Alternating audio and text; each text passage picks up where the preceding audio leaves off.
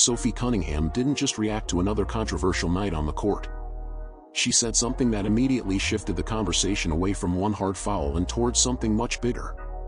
What started as another heated moment involving Caitlin Clark quickly turned into a public criticism of how the WNBA handles its biggest star. And that's the part everyone keeps coming back to. It wasn't simply the contact, the officials, or even the final score. It was the fact that one of Clark's own teammates openly suggested this has become a pattern rather than an isolated incident. As clips from Sophie's podcast spread across social media, the discussion exploded far beyond a single game. Some fans viewed her comments as someone finally saying what many players had been unwilling to say publicly. Others believed the situation was becoming increasingly exaggerated by online reactions. But regardless of which side people landed on, one thing became impossible to ignore: the focus had completely shifted. People weren't just replaying the on-court sequence anymore. They were replaying Sophie's words. And this is where the story became much more complicated. Instead of debating one physical play, the conversation expanded into questions about player protection, league leadership, and the way the WNBA presents its biggest names.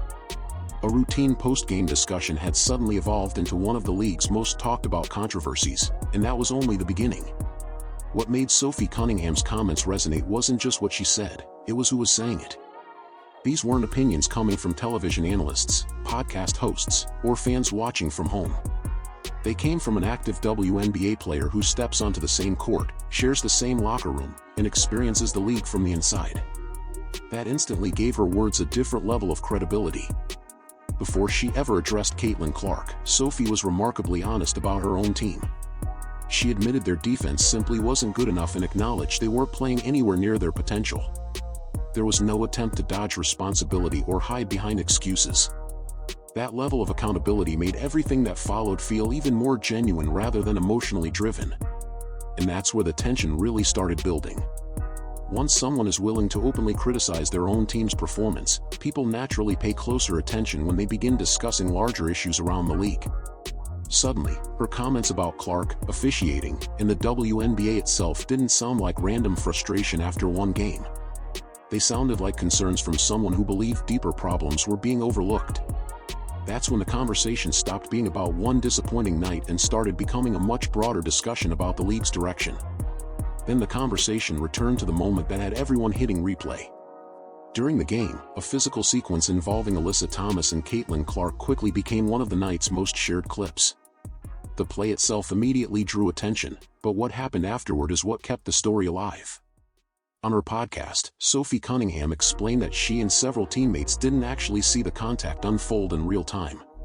She added that if they had seen it happen, they would have stepped in to support Clark. Sophie also made a broader point that reached far beyond a single possession. She said that, in her view, Clark regularly deals with unusually physical defense and that officials haven't done enough to address it. Those comments immediately reignited an ongoing debate that has followed Clark throughout much of the season. This is where opinions began to split once again. Some fans agreed with Cunningham, arguing that Clark receives excessive contact compared with other players and deserves greater protection from officials. Others viewed the physical play as part of the normal intensity of professional basketball, believing Clark is simply experiencing the same treatment many star players have faced throughout their careers. And that's why this moment refused to disappear. The discussion was no longer centered on one foul or one whistle. Instead, it became another chapter in a much larger conversation about consistency in officiating, player protection, and whether the league's biggest attraction is being treated any differently, or not differently enough, once the game begins. But the physical play wasn't the only issue Sophie Cunningham brought into the spotlight. She also questioned how the WNBA promotes its biggest names, and that may have sparked an even larger debate. During the podcast, the conversation turned to the league's promotional poster, where Caitlin Clark's absence immediately caught fans' attention.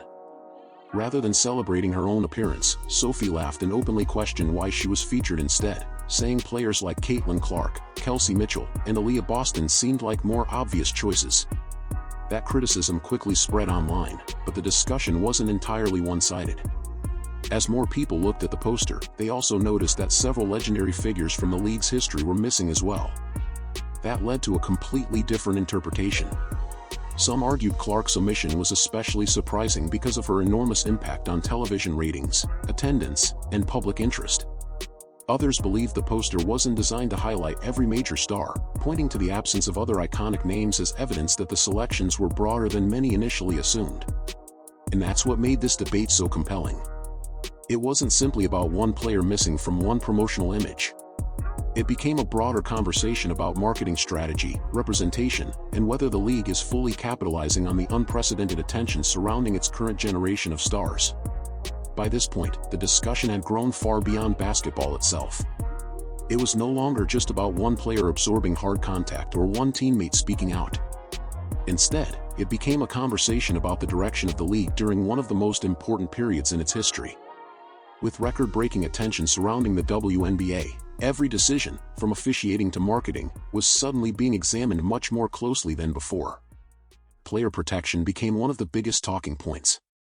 Some believed officials needed to do more to prevent unnecessary physical play involving the league's biggest stars. Others argued that physical basketball has always been part of the professional game and that changing the standard for one player could create an entirely different controversy. At the same time, questions about league leadership and marketing continued gaining momentum. Sophie's comments added fuel to an ongoing debate over whether the WNBA is fully embracing the surge in popularity created by its newest generation of stars. Supporters pointed to growing television audiences and sold-out arenas as evidence that the league should lean even further into promoting those players. Others believe the league must continue balancing its history with its future rather than centering every conversation on one individual. And that's why the story refused to fade away. Every new interview, every controversial play, and every promotional decision seemed to reinforce a larger discussion about identity, expectations, and how the WNBA plans to navigate one of the most closely watched chapters in its history. Even days after the game ended, the conversation showed no signs of slowing down.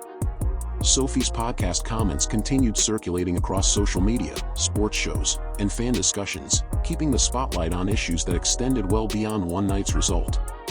Every new clip, headline, and reaction seemed to send the debate in another direction, proving that the story had taken on a life of its own. What makes this situation so unusual is that the focus is no longer centered on a single foul or one controversial sequence. Instead, people are debating much larger questions. How should the league protect its biggest stars? How physical should the game be? Is the WNBA doing enough to market the players driving unprecedented attention, or is it trying to balance today's breakout stars with the league's broader history? None of those questions have produced a clear consensus. That's why Sophie's comments continue carrying so much weight. Whether people agree with her or disagree, they have become part of a much larger conversation about the league's future at a time when more eyes than ever are watching. Every closely contested game, every physical matchup, and every marketing decision now seems to be viewed through that same lens. The original incident may have started the discussion, but it's no longer the entire story, and judging by the ongoing reactions, this conversation is far from over.